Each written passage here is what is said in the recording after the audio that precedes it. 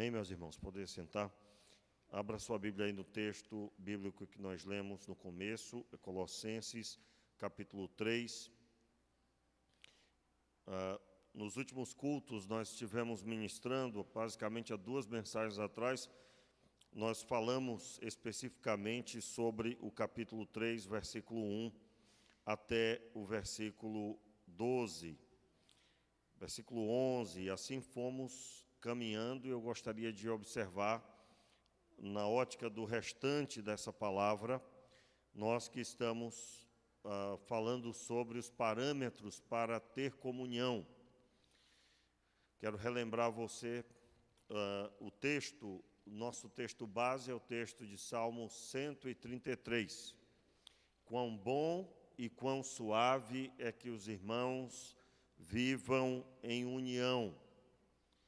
E se compara ao quê? É comparado à presença do sacerdote no meio do seu povo. O Salmo cita o sacerdote Arão. A visão é do sacerdote Arão.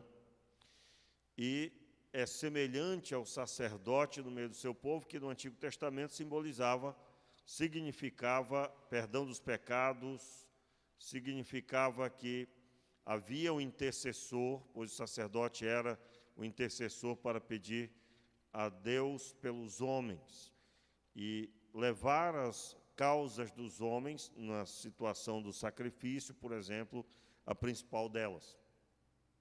Mas também é comparado à comunhão dos irmãos, é comparado ao orvalho de Hermon, que gera a vida. E aí nós falamos sobre o orvalho, e que orvalho era esse de Hermon e o que causava nos montes de Sião. Citei aqui que era um lugar que as feras em abundância elas habitavam. E, por exemplo, é citado, quando você estuda esse texto, é citado, por exemplo, que era um lugar onde se encontravam muitos animais que estavam no topo da cadeia alimentar. Então, para eles habitarem ali, ao redor havia alimento para eles. Então, há toda uma cadeia de acontecimentos por causa do orvalho de Hermon.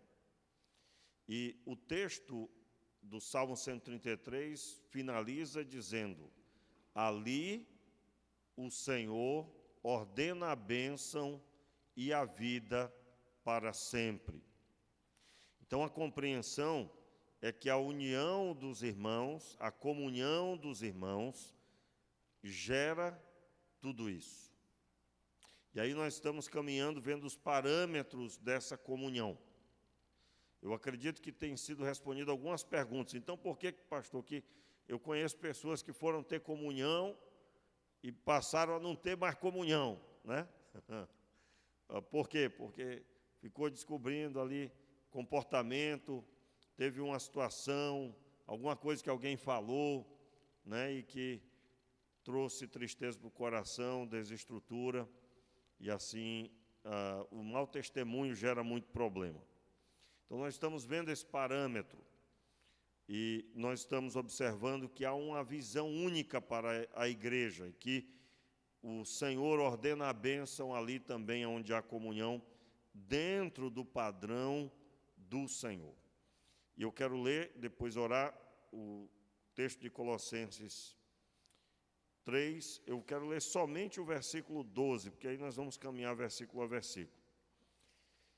Portanto, como eleitos de Deus, santos e amados, revestivos de compaixão, de benignidade, de humildade, de mansidão, de longanimidade. Vamos orar? Meu Pai, te pedimos a Tua graça, a Tua misericórdia. Nós estamos diante da Tua Palavra, e diante da Tua Palavra pedimos, Pai, nos dê a direção, nos dê entendimento, que absolutamente nada venha tirar o nosso foco, e que o Teu Espírito nos guie em toda a verdade, que sejamos iluminados pelo Teu Espírito Santo. Oramos assim, Pai, e é claro, mediante a Tua Palavra, que haja transformação, edificação, e que a nossa vida seja plenamente abençoada. Queremos nos apresentar, Pai, no nome de Jesus. Amém e amém. Muito bem, então, o texto do verso 12 declara que, portanto, como eleitos de Deus, como pessoas eleitas por Deus. É bem interessante essa frase, porque nós perdemos, muitas vezes não percebemos o que o texto está dizendo. Nós estamos agora no período de eleição, ainda tem segundo turno para presidente e para governador em alguns lugares. O que é o período de eleição? É o período que você escolhe quem vai governar, não é assim? Você, através do seu voto, você vai escolher a pessoa. O texto aqui está dizendo que Deus nos escolheu, Ele nos elegeu como eleitos de Deus. Isso aqui, irmãos, cura toda a depressão, viu? Veja bem, quando você encontrar uma pessoa com depressão e ela é crente já convertida, você lembra a ela que ela foi escolhida por Deus. Deus, em meio a 7 bilhões de pessoas, escolheu esta específica. E quem que escolheu? O Senhor Deus Todo-Poderoso. Veja bem, se uma pessoa muito famosa, ou alguém que você gosta muito, que é muito famoso, vamos supor, algum ministro de adoração, ou algum pastor que você gosta muito, alguém, por exemplo, quem não é, assim, admirador do pastor Márcio Valadão, né? Completou agora 50 anos de ministério, 50 anos de ministério, com a família abençoada, com o casamento abençoado, com o ministério próspero, não é? Quem não admira? E vamos imaginar que ele anuncia, ou qualquer outra pessoa que você tem interesse de conhecer, e essa pessoa sendo muito conhecida, ela no meio de todas as outras, ela decide vir visitar você. Se você tem interesse de conhecê-la, se você tem grande estima, você ficará muito feliz com isso, não ficará? Imagine aí, essa pessoa anuncia: estou indo por causa de você e quero falar com você. Então, por isso que eu identifiquei aquela pessoa que você, talvez os hinos que você gosta, por exemplo, Asaf Borba, inclusive um homem de Deus, uma bênção, que está ainda agindo plenamente no ministério. No Brasil, nos últimos anos, ele não tem sido tão conhecido, agora está no Brasil de novo, mas ele passou aí pelo menos 20 anos em toda a região do Oriente Médio, nos países de fala muçulmana, de religião muçulmana, buscando evangelizá-los, traduzindo as músicas, passando as músicas para a língua deles, gravando CDs na língua deles, visando a evangelização. E, ultimamente, ele tem aparecido mais no Brasil, mas é uma pessoa que foi muito relevante, ainda é até hoje, no louvor com o nosso país. E se essa pessoa decidisse que viria visitar você, essa pessoa que você gosta muito e gostaria de conhecer, irmãos, tudo isso causaria algum sentimento agradável, causaria ou não causaria? Imagine aquele familiar que você ama tanto e não vê há tantos anos, e ele diz: olha, estou chegando aí, eu quero vê-lo. Isso causaria sentimentos maravilhosos. Quando nós falamos assim, nós identificamos a respeito do impacto de ser agraciado com a presença de alguém. Eu estou dizendo isso para visar fazer ver o que significa ser eleito de Deus. Deus elegeu você, e elegeu você para ser santo. Você foi escolhido para estar com Ele. Todos nós sabemos que somente andando como Ele andou é que nós podemos desfrutar da sua comunhão. E aí eu estou falando sobre a pessoa do Filho, que veio mostrar como fazer. Então vamos ler de novo o verso 12. Portanto, como eleitos de Deus, santos e amados, revesti-vos de compaixão. Então veja bem, ele começa a dizer aqui no verso 12, que eu devo caminhar para o qual eu fui eleito. eu fui escolhido por Deus, e eu sou santo, amado, eu devo me revestir de compaixão. Compaixão, a capacidade de ter sentimento por alguém e o que ele está vivendo. A pessoa se compadece, é alguém que se une à dor de alguém e busca fazer algo para com esta pessoa.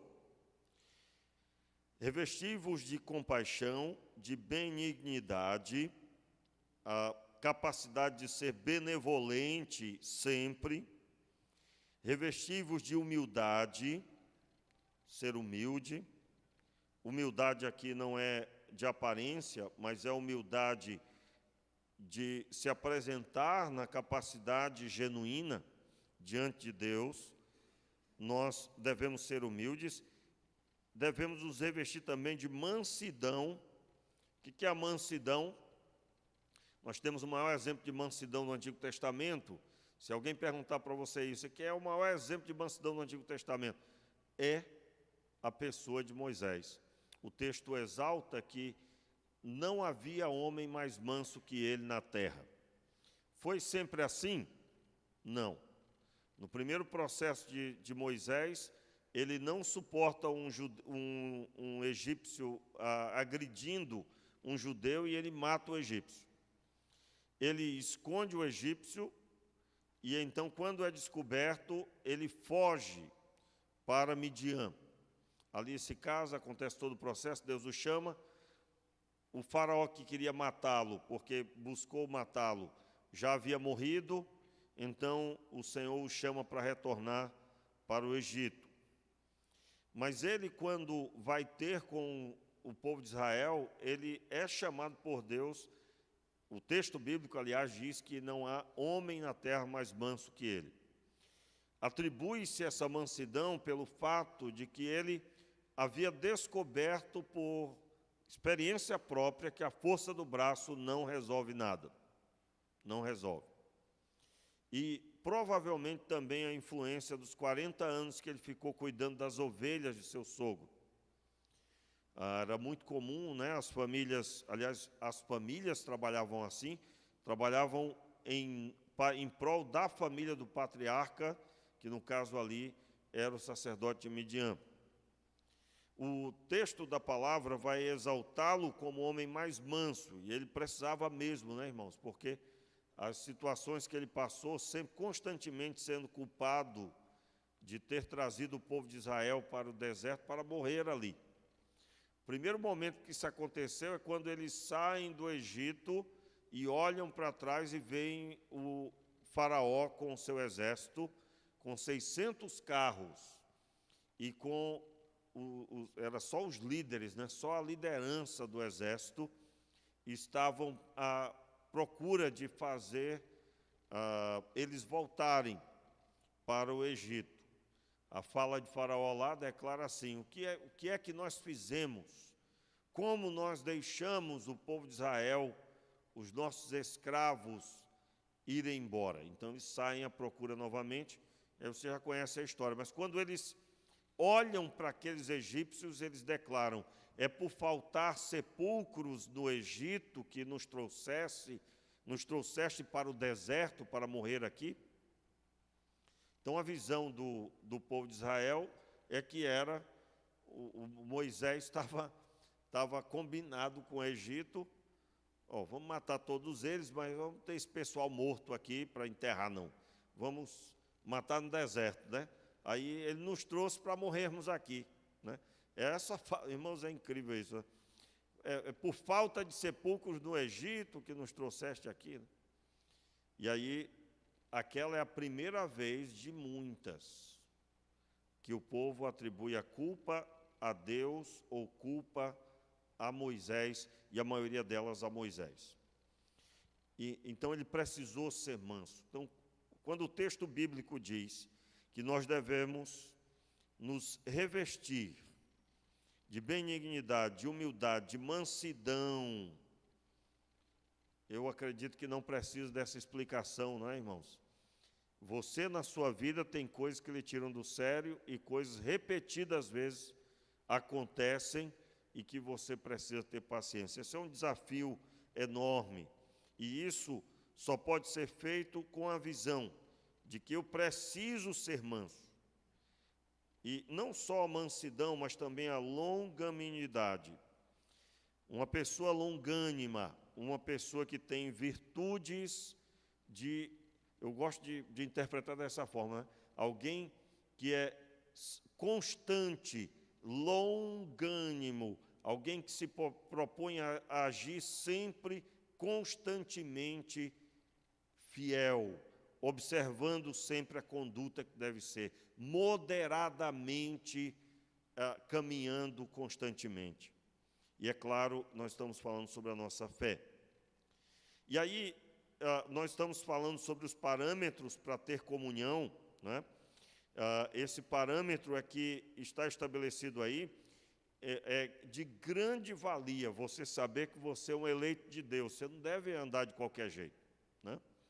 Você é um eleito de Deus. A diferença de nós para o Senhor é que nós devemos escolher alguém, eleger alguém com voto que já é correto para o cargo, né? Por exemplo, alguém que eu observo as características, a capacidade para poder exercer aquela função. Diferente de nós, o Senhor nos escolheu e nós não tínhamos nada, não tínhamos absolutamente nada. Ele nos escolheu vazios, quebrados, e Ele nos restaura e nos nutre com o que nós precisamos. Toda essa listagem aí de revestimento, ela vem de Deus. E aí, irmãos, vem a continuidade da série que nós estamos ministrando. Nós investimos um tempo ministrando sobre o que está escrito ali em Efésios capítulo... Nós lemos Gálatas 5, aliás, Efésios foi um outro trecho. Mas o Gálatas 5, quando fala sobre a presença do Espírito Santo e a batalha que há entre o Espírito de Deus em nós e a carne, e nós fizemos a observação de como nutrir o Espírito e como lidar com a carne. A carne não pode ser domesticada, ela tem que ser crucificada. As suas paixões, os seus desejos. Você não pode tentar fazer aí um pensamento positivo, não, vou me esforçar, vai dar certo. Não, você tem que se despojar disso, crucificando a carne. Lembra os irmãos que nós falamos que você não pode viver na carne, você tem que andar no Espírito. E a nutrição do Espírito é X, a nutrição da carne é claramente andar segundo os desejos da carne. E aí nós observamos o que está escrito no capítulo 3, aqui mesmo nesse, quando diz no verso 5, acompanhe: fazei, pois, morrer a vossa natureza terrena. Os irmãos lembram? Fazei, pois, morrer a vossa natureza terrena. Qual é a natureza terrena? A prostituição, a impureza, a paixão, o vil desejo, a avareza, que é idolatria. Note aí, quando nós falamos sobre a avareza, quando nós pregamos sobre esses versículos especificamente, os irmãos lembram do dia que em Atos, capítulo 5, nós lemos sobre Ananias e Safira. Qual era a característica deles? Eles estavam com o coração avarento. E eles propuseram uma coisa diante dos homens e diante de Deus, né? Mas era outra, contrária. Eles queriam guardar o dinheiro, não queriam entregar tudo. O apóstolo Pedro até diz assim: vendendo-a não ficava para ti. Ou seja, era seu. Precisava ter mentido para Deus. Se você vai dizer algo para Deus, faça. E aí nós ministramos ali e vimos que eles buscaram ter comunhão. Aliás, irmãos, considero de suma importância entender, porque o texto é muito forte nisso, né? O texto diz assim, eu chamo de aparente contradição. Logo após a morte daquele casal, instantaneamente, foi o próprio Deus que os matou, né? Instantaneamente eles morreram, ficou aquele temor, e o texto diz: e ninguém ousava se unir a eles, mas tinham eles em grande estima.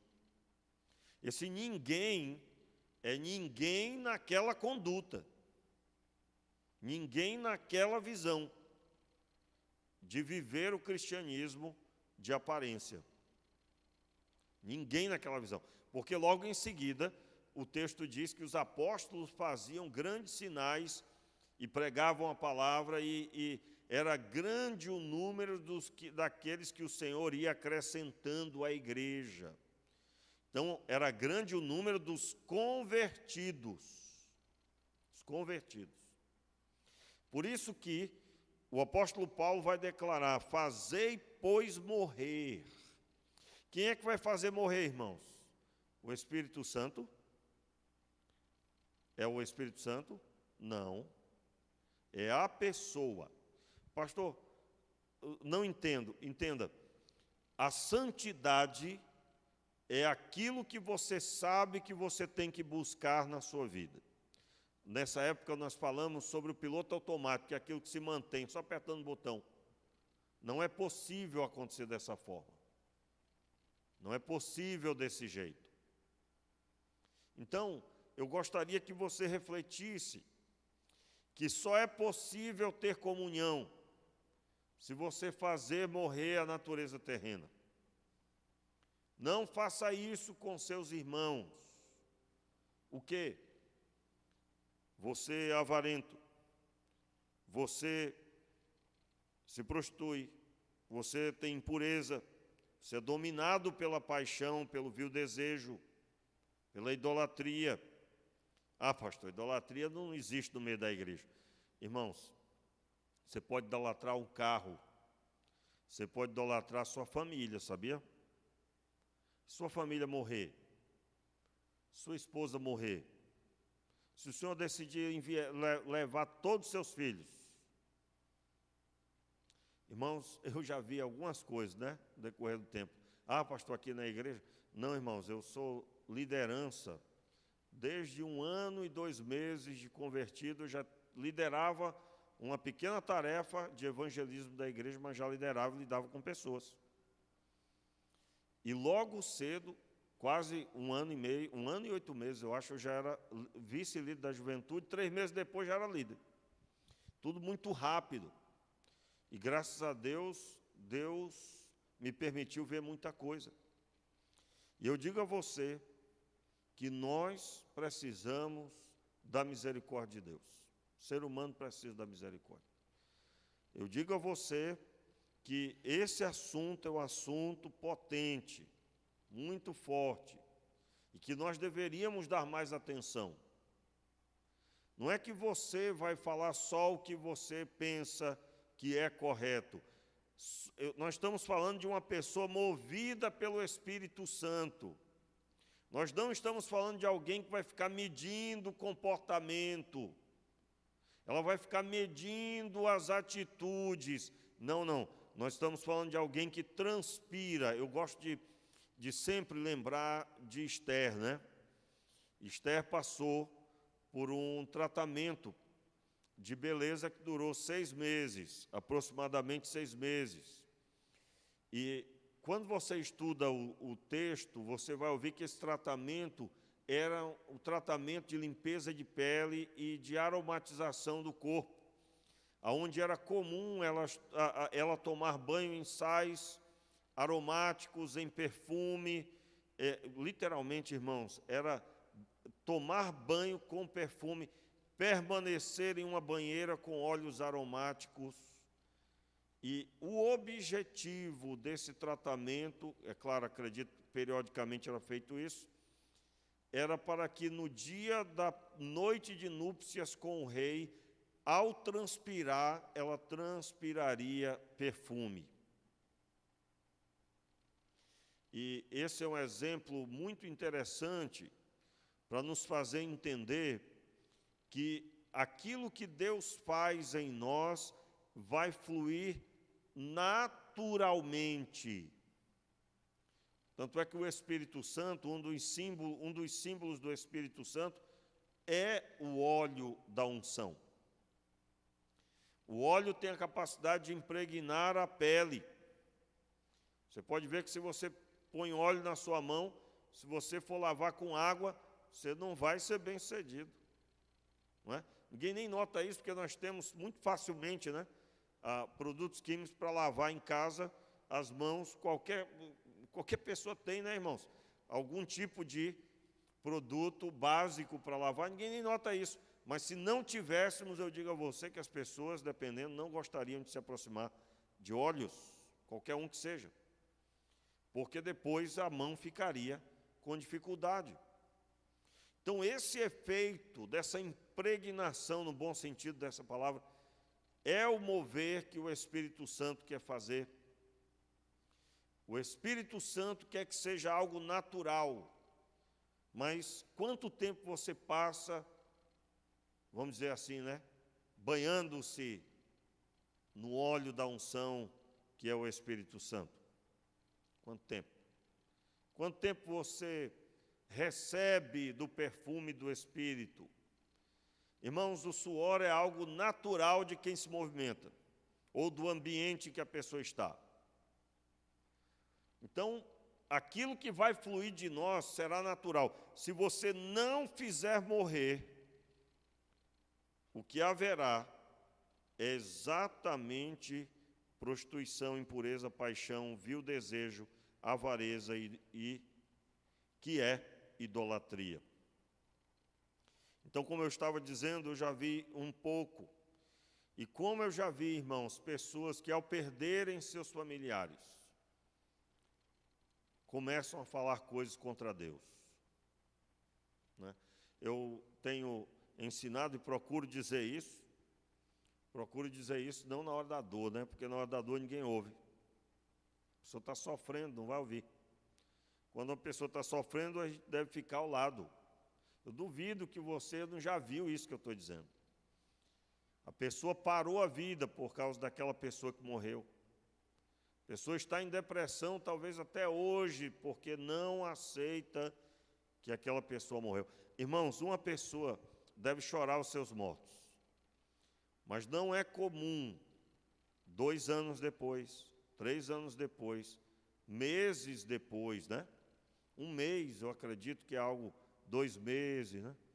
Aí ainda existe, mas a pessoa tem que continuar. Aí eu estou dizendo, sendo solidário, né?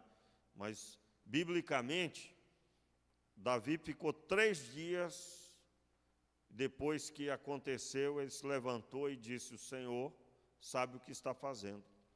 Mas o que houve? O Senhor parou de jejuar e orar? Não, tendo o Senhor concluído, em outras palavras, eu vou me levantar. Aí diz a Bíblia que ele se banhou e foi para o templo, e só depois ele se alimentou. Ele foi orar e então só depois se alimentou. Irmãos, o que é isso que acontece? Eu tenho buscado dizer, digo, olha, quantos anos tem seu pai? Faleceu, tinha 98, pastor. Olhe, agradeça a Deus pelos 98 anos que Deus deu. Agora imagine Deus olhando do céu, e aí o que ele vê depois de 98 anos é atribuir culpa a Deus. Dá para imaginar, irmãos? Culpa por ter levado, quando deveria ter agradecimento pelo tempo que ele manteve 98 anos. Eu acredito que você já me ouviu falar sobre isso, né? O tempo de vida significa a bênção de Deus. Quanto mais tempo você tem, mais a bênção do Senhor está manifesta, pelo milagre da vida. Só basta você olhar, meu irmão, pastor, mas é com tantos problemas de saúde. Meu irmão, você não conheceu agora nessa pandemia, tanta gente que, se tivesse pego, todo mundo dizia, vai morrer, se pegar, morreu, acabou. Pegou e está vivo. Já outros que eram fortes e sadios, pegaram e morreram. Então ninguém sabe, ninguém tem controle. Irmãos, a verdade é que na nossa geração, e eu acho que em todas elas também tinha, é claro, mas talvez mais na nossa geração,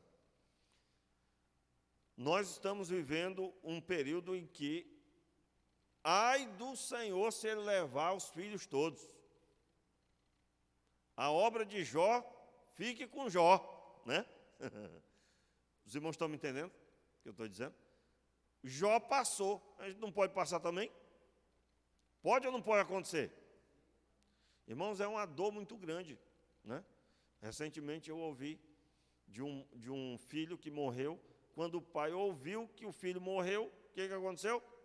Morreu também. Só na notícia. 2 velórios, irmãos. Mas isso não se compara com o que Jó passou. Foi os 10. Os 10. E, pelo que o texto diz, foi caixão fechado, né? Porque caiu a casa sobre eles. Bateu o vento e derrubou a casa sobre eles. Então, a idolatria é ser dominado, viver em prol de, né? Você tirou aquilo, acabou a vida da pessoa. E Cristo, irmãos, é suficiente. Aliás, o texto de Colossenses 3, o capítulo 2, aliás, vai dizer que Cristo é suficiente. E quando nós perdemos algo, a pessoa perdeu o emprego, né? Quem nunca viu, irmãos? Parece que não existe mais nenhuma possibilidade de vida. Só existia aquele emprego que ela perdeu, ou que ele perdeu. É ou não é? Eu acho que todos nós já vimos isso. Muito bem, pastor, mas nós temos que ter sentimento. Meu irmão, uma das pregações aqui, eu sei que eu tinha que ter explorado mais isso, mas o sentimento é exaltado como nunca na nossa geração. Como nunca. E é o que está escrito, o convite da reflexão está aqui. Vamos continuar a leitura aí, agora, o versículo 6. Por estas coisas vem a ira de Deus sobre os filhos da desobediência. Nelas também em outro tempo andastes, quando a vossa vida era dominada por elas. Agora, porém, abandonai também todas estas coisas. Quais são? A ira, a cólera, a malícia, a maledicência, as palavras torpes da vossa boca. Aí diz mais, não mintais uns aos outros, pois já vos despistes do velho homem com os seus feitos, e vos vestistes do novo homem que se renova para o conhecimento segundo a imagem daquele que os criou. Então, veja bem, nós estamos na geração que exalta, sim, o sentimento. Quer ver? Vamos ler a Bíblia. Quando você lê determinados trechos, alguns ficam assim, achando esquisito. Como por exemplo, pastor, é verdade mesmo que está aqui? Sim, nem sei o que é, mas é. É a Bíblia? Então é. Mas como assim Deus chegou para Abraão e pediu, veja bem, pediu, né? Deus não manda, Ele pede. Sai da tua terra, da tua parentela, da casa de teu pai, e vai para uma terra que eu te mostrarei. Olha só que bênção. Irmãos, vamos imaginar que isso está acontecendo hoje. Tem um Abraão entre nós. O texto não está escrito. Deus chegou, está fazendo agora. Você acha que alguém não ia dizer assim? Certamente isso foi o diabo. Não é possível. Deixar a terra, deixar a parentela, deixar a casa do pai, porque agora, aí você vai estudar o texto, havia idolatria na cidade de Abrão. O que Deus estava dizendo é, desvincula de tudo isso aí, e você vai andar comigo, e eu vou discipular você. Depois fica claro isso, lendo toda a história dele. Então, por que ele tinha que deixar? Porque havia um projeto maior, Qual era o projeto maior? As famílias da terra, as nações da terra. Mas o que é que nós somos convidados a ver? O agora, o eu, a minha situação, o meu convívio, o que é que eu vou passar. E Deus ainda disse para mim ir para uma terra que Ele vai mostrar, não sei nem onde é que eu vou. Se eu convido você para fazer uma viagem, qual é a pergunta que você vai fazer? Para onde? E Deus chega e diz, ó, deixa tudo e você vai para uma terra que eu te mostrarei. Irmãos, veja a vida de Abraão. Ele andou muito, peregrinou em todas as terras, toda a terra de Canaã. Andou para lá e para cá. Tem um propósito isso. A questão não era para onde, era com quem. Ele estava com Deus. E é um princípio que nós temos que aplicar até hoje. Meu irmão, você caminha com o Senhor, você tem tudo. Não é para onde, não é o quê. Você tem tudo. Mas esse sentimentalismo no nosso tempo, o que é que eu estou chamando de sentimentalismo? Tudo é sempre visando o benefício da pessoa. Ela chega no banco, não tem onde sentar não? Não acredito. Aí começa a reclamar. Aí hoje em dia você vê que tem bancos que já tem, porque senão, ai dele, né? Vou processar. Estou aqui, quem nunca ouviu isso, irmão? Estou aqui já há meia hora, eu nem sei quanto tempo é o limite. Isso aqui dá processo, hein? Meus irmãos, rapaz, eu me lembro no tempo de criança, algumas coisas que o meu pai dizia que tinha que ser feito. Se hoje em dia ele ordenasse isso, um pai diz isso, que pai cruel, que monstro, né? Como, por exemplo, íamos para o pomar da família, e era assim, um alqueire, né? Aí tínhamos que fazer o que esse faz no pomar, trabalhar. E eu tinha o quê? 11, 12 anos. Hoje em dia é ruim. Mas quantas horas esse menino trabalhou? Ah, mas hoje é sábado. Não, ele tem que fazer um monte de coisa, menos trabalhar, né? E aí você já sabe, é ou não é, irmãos? É tudo gira em torno do benefício. E isso entrou nas igrejas. Quais são as igrejas cheias? Igrejas que pregam a mensagem de autoajuda. Você é importante, você é o melhor que tem, você é bom, olha, Deus te ama tanto. Aí o cara diz, oh, Deus me ama, e chora, e tal, Deus me ama. Toda vez a mesma coisa. Aí a pregação genuína, irmãos, é que Cristo nos libertou dos nossos pecados, nos fez filhos de Deus, à semelhança dele, e nós temos uma missão, ser sal e ser luz. Essa missão é de atitude, eu para com os outros. Como Cristo viveu, eu sou chamado a viver. Aí a pessoa olha, mas meu Deus, é muita coisa, será que eu vou conseguir? Então tudo gira em torno do sentimento. E entregar-se ao sentimento, irmãos, é exatamente o contrário do que a Bíblia diz.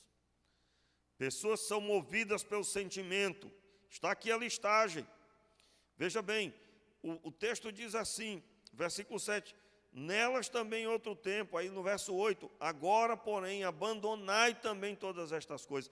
Veja os sentimentos, ó, a ira, a cólera, a malícia, a maledicência e palavras torpes da vossa boca. Depois diz também, não mintais.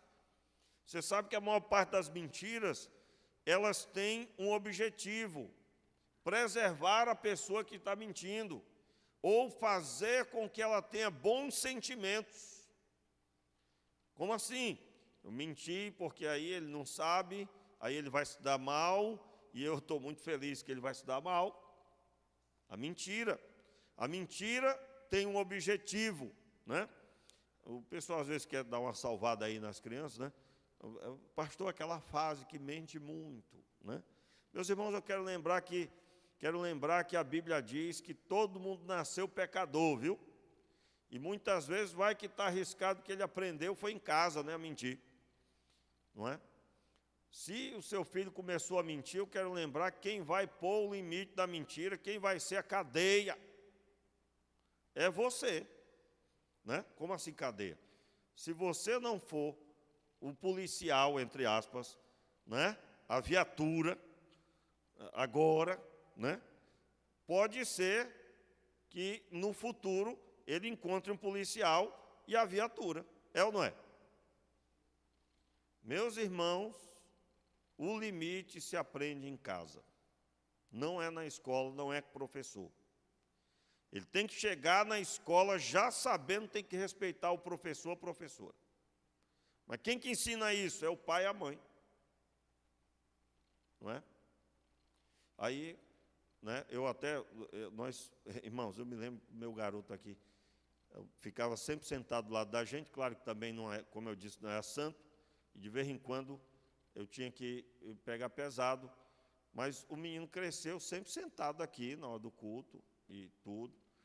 Aí uma vez, né, eu me lembro que eu fiquei um pouco preocupado, porque eu digo, rapaz, eu acho que isso tem pegado até mal, né? Porque está tão difícil, irmãos, que alguém pode dizer, rapaz, acho que o pastor ameaça o menino, né? Deve ameaçar o menino. Não, irmãos, tem que conversar de novo, novamente, e conversar, né? E assim ir implantando. Porque senão vai ser pegado, vai se apegar ao sentimento. Estou com uma vontade enorme de beber água. Irmãos, eu não sei que negócio é esse, dá tanta sede na hora do culto, né? Dá uma sede enorme. E uma vontade de ir no banheiro enorme. Meu irmão, sabe o que é isso? A carne. A carne, ela ouve. Se você chegou aqui pingando sangue, né? A carne está crua. Pingando sangue, pastor. Você vai começar a ouvir, vai dar sono, você vai se irritar comigo. De novo essa pregação, mesmo texto, né? Por quê? Porque a carne está liderando. Meu irmão, teste ou lê o mesmo texto todo dia, estando na presença de Deus. Todos os dias você vai ver algo profundo no mesmo texto. Porque ali o Espírito Santo está se movendo. Mas a carne vai querer que você feche a Bíblia, que você não lê a Bíblia. E um dos princípios que eu utilizo, irmãos, porque que muitas vezes, ontem à noite, de madrugada, eu tive que ficar, eu não podia me encostar, eu estava lendo a Bíblia de madrugada, e aí eu percebi que eu tinha que ficar em pé, eu tinha que ficar sentado num lugar desconfortável, para não dormir, porque eu tinha que ler, não tinha terminado o que eu tinha programado. E qual é o sentimento que tem? Dormir, claro. Então eu tenho que deixar a minha vontade de lado, porque o propósito estabelecido tem que ser finalizado. Se você for guiado pela sua vontade sempre, você não vai buscar Deus. Porque sempre vai pender para aquilo que é agradável para o corpo. Muito bem. Então, depois de narrar tudo isso, então ele declara no capítulo 3, conforme lemos, que há um chamado. Qual é o chamado? Verso 12, portanto, como eleitos de Deus, santos e amados, revestivos de compaixão. Você está notando que antes de falar para aquilo que eu devo me revestir, ele falou aquilo que tem que sair da minha vida. Primeiro tem que sair as características, o caráter destruído, a avareza, as características da pessoa. Tem que sair os sentimentos ruins, sentimentos carnais. E só depois eu posso me revestir. O verso 12, novamente, vamos declarar, fique de pé aí no seu lugar, eu gostaria que lêssemos em pé, eu queria ler até o verso 14. Portanto, como eleitos de Deus, santos e amados, revestivos de compaixão, de benignidade, de humildade, de mansidão, de longanimidade, ouvindo a sua voz, verso 13.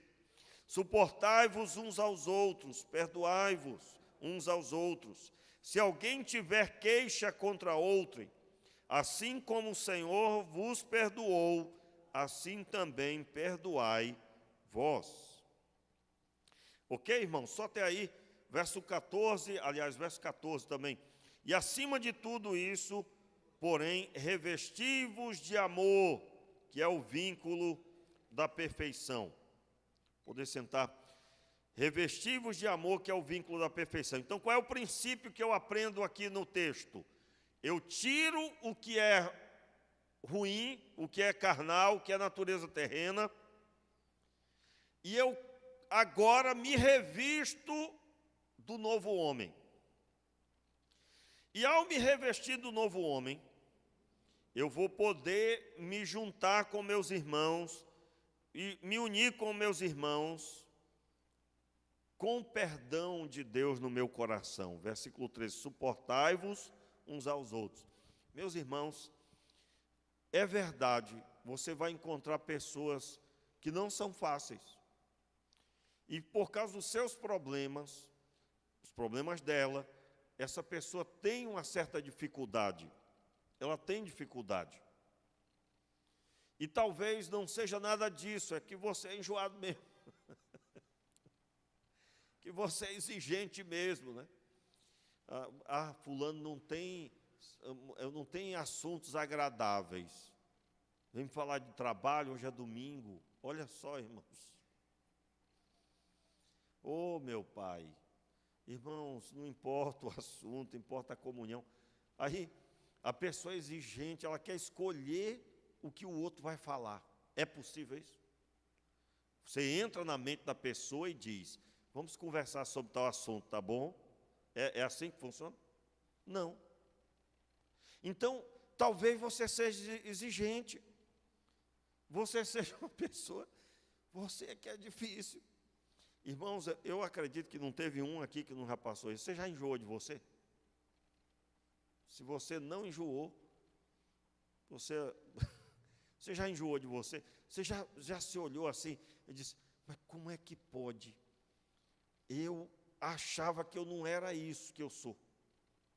Aliás, quando falavam para mim, eu digo: conversa, que história é essa? Fofoqueiro, né?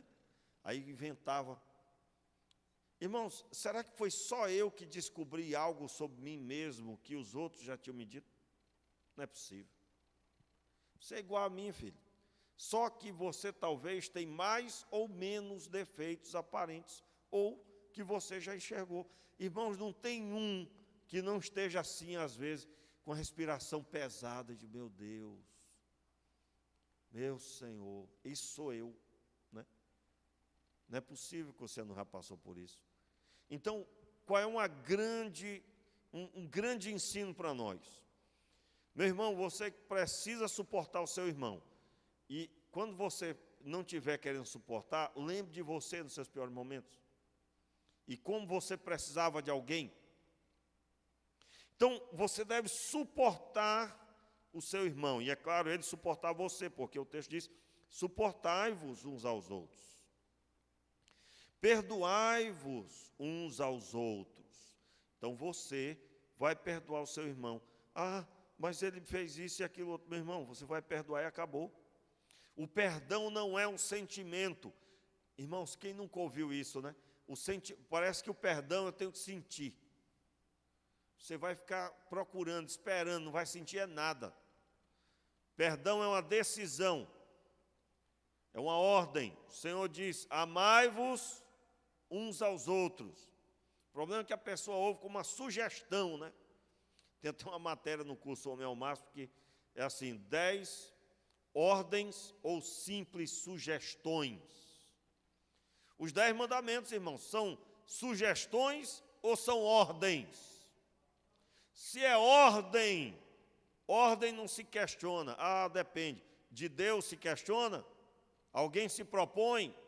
Não, Deus está errado disso, daquilo outro, Senhor. Ah, você está vivo há quanto tempo? Que sabedoria é essa que você acumulou aí, né? Dos últimos 20 anos. Eu me lembro, irmão, de um cantor, um adolescente, que ele na época tinha 14 anos, queria escrever uma autobiografia. Eu morri de rir. Toda vez que eu queria dar uma risada, eu lembrava. Um cantor famoso dos Estados Unidos, Ele tinha 14 anos e ia escrever autobiografia, ó. Aí eu até brinquei na época, dizendo, deve ser assim, quando eu nasci, vestia uma fralda, né? Aí, depois da fralda, eu, comecei a andar. Porque com 14 anos, o que ele vai escrever, meu pai? Ah, Senhor, misericórdia. Agora, por que ele teve vontade de escrever biografia? Porque ele chegava para cantar, as meninas ficavam gritando do começo ao fim. Eu disse, rapaz, eu sou o cara.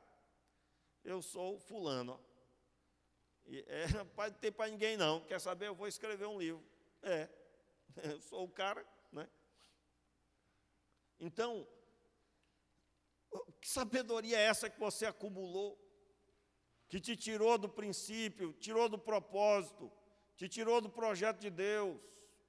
Então, nós temos aqui um chamado, irmãos, é perdoar uns aos outros. Eu devo cumprir essa ordem. Assim como o Senhor me perdoou, assim também eu devo perdoar o meu irmão. Versículo 13, o finalzinho. Verso 14, acima de tudo isso, veja bem, acima de tudo isso, porém, revesti-vos de amor, que é o vínculo da perfeição. O que significa acima de tudo isso? Veja bem, quando você estiver se revestindo da compaixão, da benignidade, versículo 12, da humildade, da mansidão e da longanimidade, quando você estiver suportando o seu irmão e ele suportando você, quando você estiver perdoando o seu irmão e, é claro, ele perdoando você também, você deve colocar sobre tudo isso, abraçando tudo isso, trazendo cobertura sobre tudo isso, o quê? O amor. Acima de tudo isso, porém, revesti-vos de amor. Esse amor aqui eu não preciso dizer para vocês qual é, né? Aqui é o amor de Deus. Revesti-vos de amor, que é o vínculo da perfeição. Em outras palavras, você pode estar suportando seu amor porque a Bíblia diz, não porque você ama o seu irmão como Cristo amou. Você pode muito bem estar fazendo o bem, sendo benigno, mas não tem nenhum propósito de glorificar a Deus fazendo o bem. Irmão, você pode dar cesta básica para alguém, dizer, eu estou sendo benigno, estou fazendo o bem, mas se isso não tem o propósito de glorificar a Deus, como é que tem o propósito de glorificar a Deus? Você entende que você tem que amar e suprir com a necessidade. E qual é o grande alvo? Você quer ser luz na vida dessa pessoa, porque você sabe que acima do alimento, ela precisa do alimento espiritual. E certamente ali haverá uma abertura para falar do Evangelho e o Espírito Santo de mover sobre o coração dessa pessoa. Então, tudo que fazemos precisa ter o amor de Deus, e esse amor que deu o seu Filho com o objetivo de salvar. Irmãos, tudo que Deus fez foi com o objetivo de salvar. Você não pode desvincular uma conduta abençoada do objetivo espiritual de edificar pessoas, de salvar pessoas. Então, o vínculo da perfeição aqui é que o nivelador, o ordenador da ordem sobre o caos do coração é o propósito adequado, que só se define com o amor de Deus. Versículo 15. Veja o que vai acontecer com essa pessoa. Verso 15. E a paz de Deus, para a qual fostes chamados em um só corpo, domine em vosso coração e sede agradecidos. Veja bem, o texto dá a entender claramente que a paz de Deus, ela é automaticamente desfrutada por quem cumpriu esse padrão. Qual é o padrão? Sai daqui a natureza terrena. Sai do coração, né? Sai do meu coração a ira, a cólera, a contenda, tudo de ruim. Sai a natureza terrena. Não quero saber de nada disso. Eu quero saber do novo homem criado segundo Deus. Eu estou buscando me revestir da mansidão, da longanimidade, da bondade, da mansidão. Eu quero saber disso na minha vida. Irmãos, uma pessoa, ela terá o caos se ela tiver as obras da carne. Lembra da lista? ela vai ter o caos, meu amigo. Inveja, bebedice, glutonaria, lascívia, dissensão, facção, heresia, né? Também, dependendo da tradução, prostituição, idolatria, né? Ira, peleja, briga física, irmãos, peleja.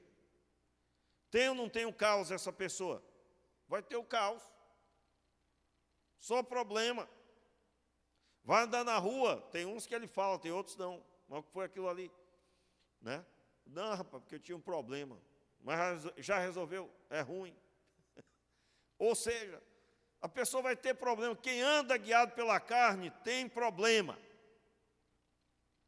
E aí, irmãos, quem anda guiado pelo Espírito, que tem o fruto do Espírito, amor, paz, longanimidade, bondade, mansidão, domínio próprio, terá o benefício da paz. Eu quero dizer para você, quero lembrar você o que é a paz. A paz é estar completo. Meus irmãos, o que traz um incômodo no coração do crente, eu sei que eu tenho que ser e não sou. Eu sei que tenho que fazer e não faço. Eu sei que eu tenho que agir diferente, mas até hoje não consegui. Então, o que você tem que fazer? Você vai fazer uma faxina primeiro e vai cravar na cruz as paixões da carne. Faxina dessas coisas, né? Que é o que está no verso 5 em diante que lemos. Depois, você vai trazer para a sua vida esse projeto que é estabelecido pela palavra. Revista-se da compaixão, da benignidade, da humildade, da mansidão. Tenha o perdão dos pecados do seu irmão para com você, perdoados. Seu irmão, não importa o que ele fez, perdoe. Irmãos, veja que aqui o parâmetro para ter comunhão está claro. Isso aqui reforça o que eu já tenho dito. Uma pessoa para ter comunhão, ela tem que estar do jeito que Deus disse. Irmão, você vai abençoar o seu irmão, porque ele vai perceber que você tem essas características. Você tem. E como nós precisamos disso? Meus irmãos, a capacidade de se sentir completo, a paz de Deus para a qual foste chamados em um só corpo. Veja bem, você foi chamado para viver nessa paz e com ela. Em um só corpo, domine em vosso coração. Veja que aqui nós temos uma experiência que acontece no coração, no centro da vida. É uma referência àquilo que está central. E o texto diz, e sede agradecidos. Irmãos, nunca foi tão atual essa palavra. Nunca foi tão atual. Sede agradecidos. Meu irmão, sede agradecidos. Eu me lembro, pastor Augusto, dizendo que estava vendo um programa uma vez de uma igreja específica lá, e ele dizendo que a pessoa, o pastor disse, conte a bênção, irmã. Aí a irmã disse, eu aceitei a Jesus, eu estou sentindo a paz do meu coração, eu tive a experiência, e eu estou muito feliz. Aí ela terminou, ele disse, sim, agora conte a bênção. Aí ele disse, irmãos, ninguém me contou, eu estava vendo na TV, isso aconteceu diante dos meus olhos. Ou seja, naquele ambiente, tinha que ter outras coisas, tipo, eu comprei um carro, meu marido voltou, no caso separou, né? Os meus filhos estão todos comigo. Ou seja, sempre milagres, sempre coisas. E a paz de Deus, a presença de Deus, da pessoa mais importante do universo, está ali disponível, mas isso não é motivo de agradecimento. Os irmãos estão entendendo? Meus irmãos, há tantos crentes que só sabem se entristecer com os atos que cometem. Se entristecer com as péssimas escolhas, decisões. Não é? Eu tenho orientado os jovens e tenho ouvido testemunhos. Eu tenho dito, olha, leia o texto de Provérbios, leia o texto de Provérbios, leia a cada 3 meses o texto de Provérbios todo. Leia uma vez por mês, um capítulo por dia, lendo devagar, refletindo. Irmãos, como eu tenho ouvido jovens dizendo, pastor, como eu precisava. Tinha alguns pensamentos que eu tinha que não tinha nada a ver. Eu me lembro de um que disse assim, pastor, já fiz tanta besteira. Aí era um jovem, irmãos, tinha 18 anos na época, né? Um jovem aqui da igreja, tinha 18 anos, ele disse, eu fiz um monte de besteira, pastor. Errei um bocado, já atribuí coisa errada que estava certa, não é? Eu vou dar um exemplo para você aqui. A pessoa chega, pede para ser fiador, né? Por exemplo, você pode ser meu fiador, meu irmão, aleluia. Aí o irmãozinho, vamos conversar depois, né? Porque, biblicamente, nenhum crente deve ser fiador de ninguém. Se você for estudar a doutrina, você vai encontrar que o alvo de Deus é que você cresça financeiramente. E que você tenha condições e nome para realizar seus projetos. Quando o Senhor disse assim, tu emprestarás a muitas nações, mas não pedirás emprestado. Eu não estou dizendo para você, não quero nada emprestado, porque eu não sei o quê, porque o pastor disse. Não estou falando isso. Eu estou falando que aquilo que você atribui, que falta, não deve ser encontrado no seu irmão. Você que tem que construir.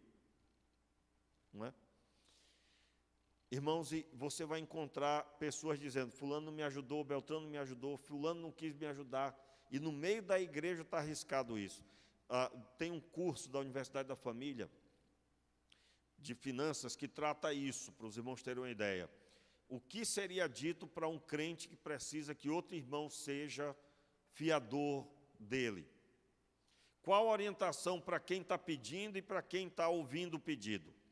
Para quem está ouvindo o pedido, seria essa visão. Fique em paz e não durma com peso de consciência. E para quem está pedindo, estabeleça um projeto financeiro de negócio. Daqui a 3 anos, você vai ter a capacidade financeira para poder não precisar do fiador. Porque se a Bíblia diz não utilize isso, tem um porquê. Agora, o que é que você vai ouvir? Não, mas eu preciso é agora. Quando os projetos bíblicos, tudo que a Bíblia ensina, irmãos, não é no estalar de dedos. Aliás, a nossa vida não é no estalar de dedos, todo mundo quer viver muito, né? Mas tudo tem que ser rápido. Tudo tem que ser no estalar de dedo do nosso tempo. A comida tem que ser rápida, tudo tem que ser rápido. Mas não funciona assim nos processos de Deus. Os processos de Deus não funcionam desse jeito. Então, o que é que nós vamos fazer? Nós vamos firmar um propósito correto diante de Deus. Eu vou andar agradecido. Em primeiro lugar, eu vou andar agradecido pelo que Ele é da minha vida. Não vou colocar a ênfase nas coisas que Ele faz, mas no que Ele é, e Ele me completa. E aí eu dei apenas um exemplo do quanto nós precisamos crescer na nossa vida para tirarmos a nossa mentalidade das coisas, dos acontecimentos.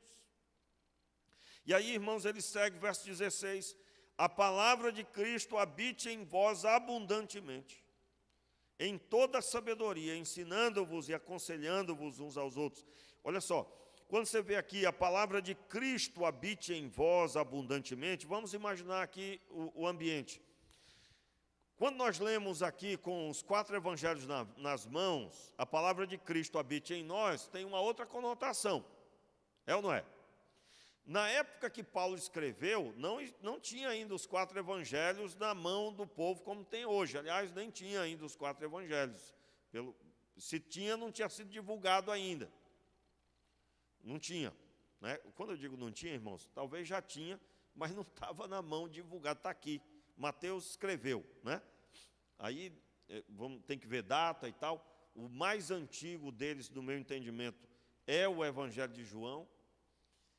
Mas qual é a palavra de Cristo aqui? Né?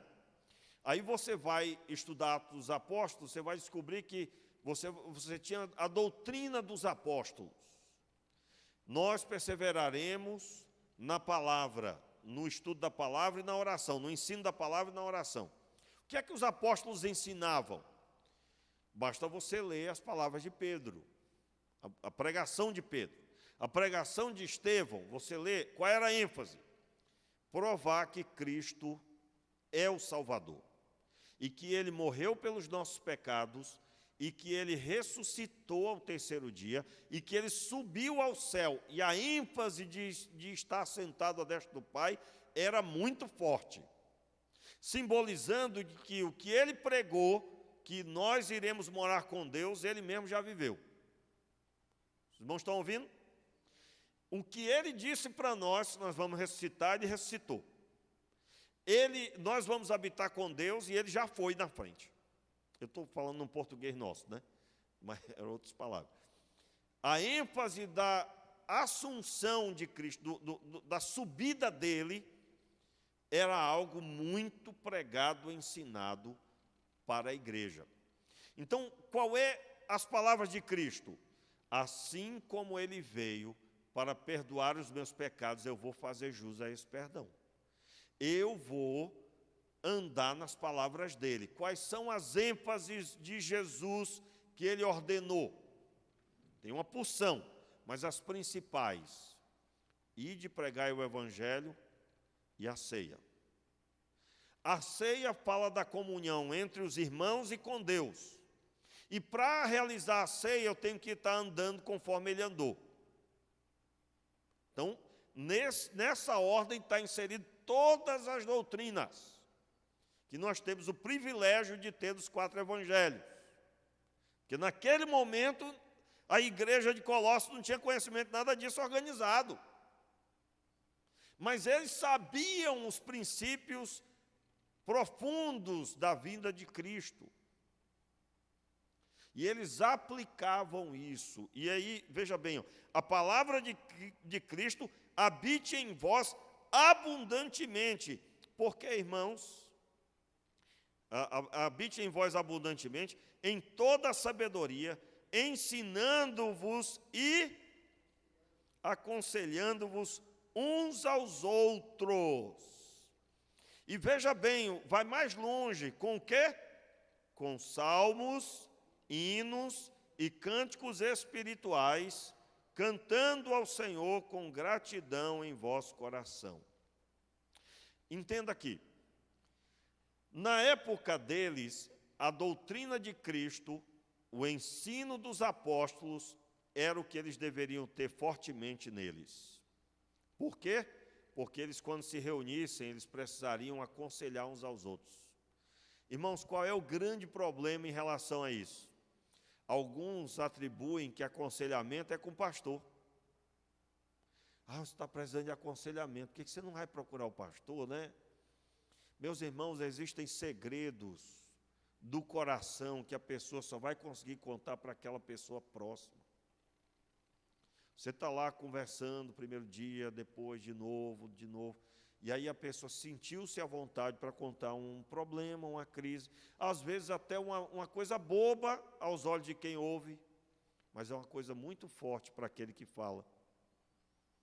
E a pessoa então fala e irmão, só houve aquela oportunidade. Quem é que vai dar um conselho segundo a vontade de Deus? É você.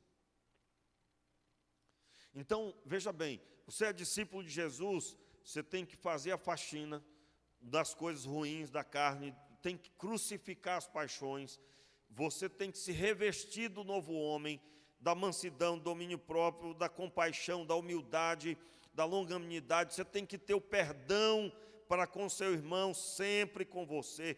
Você deve cobrir tudo isso com o amor, que é o vínculo da perfeição. Mas você não pode se esquecer que você tem que estar munido da palavra de Deus, as ênfases da salvação em Cristo Jesus, da vitória que Cristo exerceu na cruz do Calvário. Pastor, já sei tudo isso. Se eu perguntasse agora, me explique como que fomos salvos, você poderia explicar? Você conseguiria explicar com textos, pelo menos 2 textos bíblicos.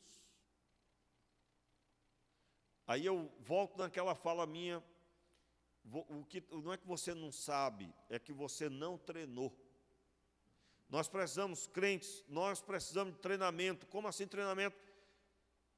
Como que eu provo que uma pessoa deve aceitar Jesus? Está aqui esses 3 textos bíblicos que eu já estudei e já entendi. Eu vou explicar esses 3 textos aqui. Meus irmãos, no dia que eu fui visitar o esposo da irmã Marilene Maradona, irmãos, nós não sabemos ali como é que é a situação, e não só dele, né? No final acabei lidando com outras situações, pessoas pedindo oração. Nós temos que saber explicar, irmãos. Você não pode ficar distante desse propósito. Esse é o propósito de Cristo. Ele veio buscar o que se havia perdido. Essa mensagem da busca do Senhor para conosco deve estar latente aí na sua boca. Quando você se reunir, você vai se reunir com tudo isso. Meu irmão, as pessoas vão querer estar mais com você. As pessoas vão querer ouvir você. Como eu fui abençoado com aquela palavra. Existem, irmãos, pessoas que precisam tanto de conselhos. E se você não se vê nessa capacidade, eu quero lembrar você é discípulo de Jesus. Você é discípulo e foi chamado para ser alguém que tem o que dar. Você tem o Evangelho, meu irmão. Você está numa vantagem, viu? Os discípulos tinham que contar as histórias. Hoje nós podemos enviar pelo WhatsApp. Receba aí essa parábola, vai te explicar o que tu está me perguntando. Receba essa mensagem muito boa, muito boa. Irmãos, que tempo maravilhoso. Talvez você não tenha a eloquência de um determinado pregador, de um determinado pastor. Eu vou até perguntar aqui agora, eu vou pegar você pelo pé, né? Quem aqui viu a palestra do pastor Augusto Nicodemo sobre aborto? Levanta a mão aí, irmãos. Eu não vou pedir para levantar a mão, não, hein? Mas rapidinho aí, deu tempo para você levantar, né? Você não entendeu. Irmão, só 3 pessoas viram a palestra. Só 3. Pelo menos que eu vi aqui no primeiro impacto. Meus irmãos, eu quero lembrar vocês uma coisa potente. Certamente você não deu tempo de ver porque você está muito ocupado. Mas eu quero dizer para você que só vai subir na vinda do Senhor pessoas. Só pessoas. Talvez você está enjoado de ouvir o pastor falar disso, né? Mas é bem pesado isso. Os Estados Unidos, em 1965, se eu não me engano, eles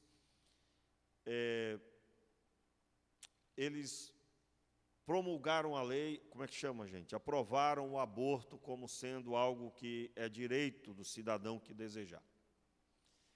Você tem uma ideia de quanto foi contado, né? Pelo menos aqueles que são registrados pelo Estado. Quantos abortos foram feitos de 1965 para cá? Você tem uma ideia? São exatamente 60 e poucos milhões, eu não me recordo agora do número exato, mas eu lembro dos 60. São mais de 60 milhões de abortos que foram feitos. Dá mais ou o equivalente dos mortos na Segunda Guerra Mundial. 60 e poucos milhões de bebês que foram mortos. E no Brasil se cogita aprovar uma lei dessa.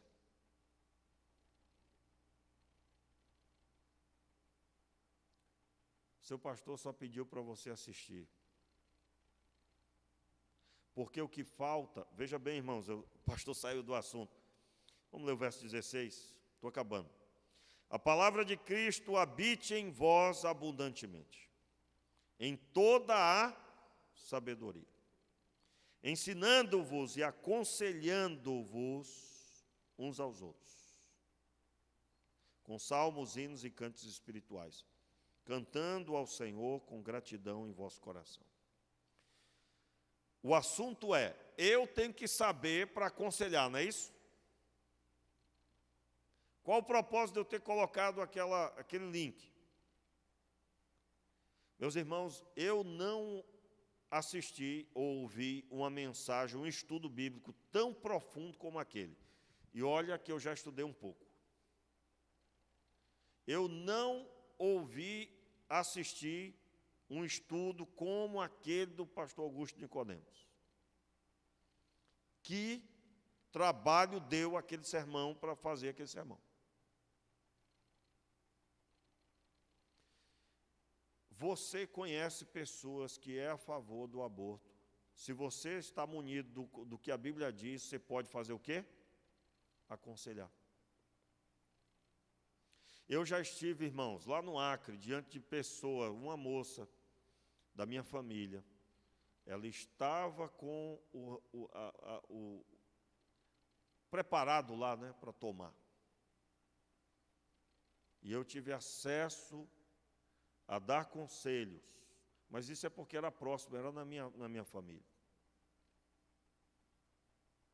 E as pessoas que você nem sabe que estão assim. Irmãos, é responsabilidade do crente se revestir do novo homem. Mas esse novo homem não caminha sem sabedoria bíblica. Senão, irmãos, vai ser vento. Fulano é uma bênção, mas só aparência, porque quando abre a boca, não sabe para onde é que vai a Bíblia. E eu não quero constrangê-lo. Até um dia eu disse aqui, eu digo, no final de toda a mensagem, de todo o estudo, nós vamos passar uma provinha para a pessoa preencher. Você sabia que está arriscado pessoas não virem mais para a EBD? Aí eu estou falando de ser humano, tá, irmãos? Você está vacinado, está abençoado, você não é assim. Mas eu estou falando sobre o ser humano, porque as pessoas no nosso tempo, elas não gostam de ser confrontadas, de serem incomodadas. Me constrangeu. Meus irmãos, haverá o dia do juízo, e lá ninguém vai poder dizer, me constrangeu. Nós estamos no tempo que ainda há tempo. E de todas as coisas importantíssimas que você está fazendo, eu quero dizer que a mais importante é obedecer a Deus. Você pode estar com o argumento que for, pastor, mas se eu não der conta do meu trabalho, eu vou ser mandado embora. Eu quero lembrar você que você não vai subir com a sua carteira de trabalho. Não vai. Não vai subir com os bens materiais. Só sobe pessoas e nem com a roupa do corpo vai subir. Vai ter uma nova vestimenta dada por Deus. E nós estamos num tempo complicadíssimo. Irmãos, eu atribuo sim, eu já disse isso nas vigílias. Muito do que está acontecendo é responsabilidade da igreja. Como assim? Quantas pessoas estão lá pregando a pior destruição e já passaram por igreja? Já foram das igrejas. E saíram da igreja porque viram pessoas assim, com a natureza terrena, a prostituição, a impureza, a paixão, o vil desejo, a avareza e a idolatria. Quantas pessoas vieram para dentro da igreja e viram crentes irados, cheios de cólera, malícia, crentes maledicentes, com torpes palavras, crentes que mentem. Versículo 9 diz, não mintais. Os irmãos estão entendendo o que eu estou dizendo. E nós estamos agora tendo que provar que casamento adequado é entre homem e mulher. Olha que absurdo. Nós temos que dizer o óbvio, que o aborto é inadequado.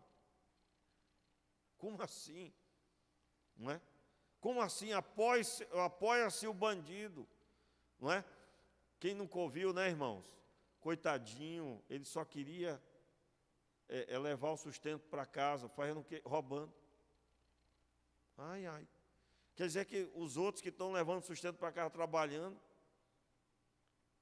Esse pessoal está tudo, tudo doido, né? Será, irmãos, vai chegar esse tempo que você sustenta sua casa? Como? Trabalhando, não acredito. Né?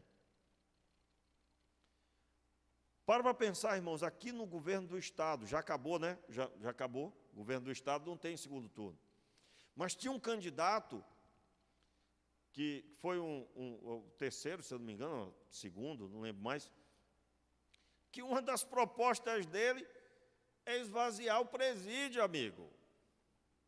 Soltar o máximo possível, coitadinho, os pequenos delitos. Né? E aí, o difícil de entender é que o tal candidato, não era no tempo de candidatura, ele deputado, anda com segurança. Que pecado. Esse que acha que todo mundo é gente boa, não é que tem que soltar, por que anda com segurança? E isso está na cara de todo mundo. Na cara. Aí você fala, as pessoas nem ligam. E aí é arriscado no final de que você disse isso, a pessoa dizer assim, eu votei nele. É assim, por quê? Porque falta conhecimento, mas falta principalmente deixar a velha natureza. Irmãos, sem deixar a velha natureza, eu acredito que no dia que eu preguei aqui, eu disse, olha, se você quiser viver na carne, não saia nem de casa, entre no seu quarto e... Falei de propósito naquele dia, digo, aqui eu perdi uns 3, né? Uns dodóis. E morra. Aí eu aliviei, dizendo que ia morrer, né? Crucificado com Cristo. Então, quando eu disse que tudo isso aí talvez não, eu creio que é responsabilidade da igreja, porque muitos dos que se desviaram não encontraram Cristo em nós. Não encontraram conduta cristã. E nós precisamos dessa conversão, dessa transformação. E por isso eu quero convidar você à oração. Meus irmãos, quando sair daqui hoje à tarde, você almoça e depois você vai assistir a mensagem do pastor Augusto, por favor. E me ajude o reino, ajude a palavra, ajude a ministração. Né? Ajudar, os irmãos estão entendendo, ninguém ajuda. Né? O Senhor Deus é Senhor e levanta os seus profetas. Você é um deles. Vamos ficar de pé, vamos orar? Meu Pai, tenha misericórdia de nós. Nós reconhecemos, Pai, a nossa natureza que muitas vezes tem sido a terrena. Nós reconhecemos, Senhor, os nossos pecados, queremos pedir, Pai, perdoa-nos, Senhor. Perdoe a nossa dureza de coração, perdoe a nossa insistência em dar lugar à carne e agir conforme a carne. E nós sabemos que é a carne muitas vezes e deixamos que ela continue em pleno vigor. Nós te pedimos, Pai, misericórdia. Nós te pedimos a tua mão viva e poderosa sobre nós. Nós precisamos, Senhor, nós precisamos da tua misericórdia. Nós precisamos da tua graça. E que o Senhor nos leve a entendermos, Pai, que o mais importante que nós temos é a transformação da nossa vida. Nós precisamos ser transformados. Dai-nos sede de Ti, Pai. E que em nome de Jesus seja o Teu projeto pleno em nós. Pai, incomoda-nos para buscarmos esse revestimento. Esse entendimento seja realidade em nós. Livra-nos, Senhor, de nós mesmos.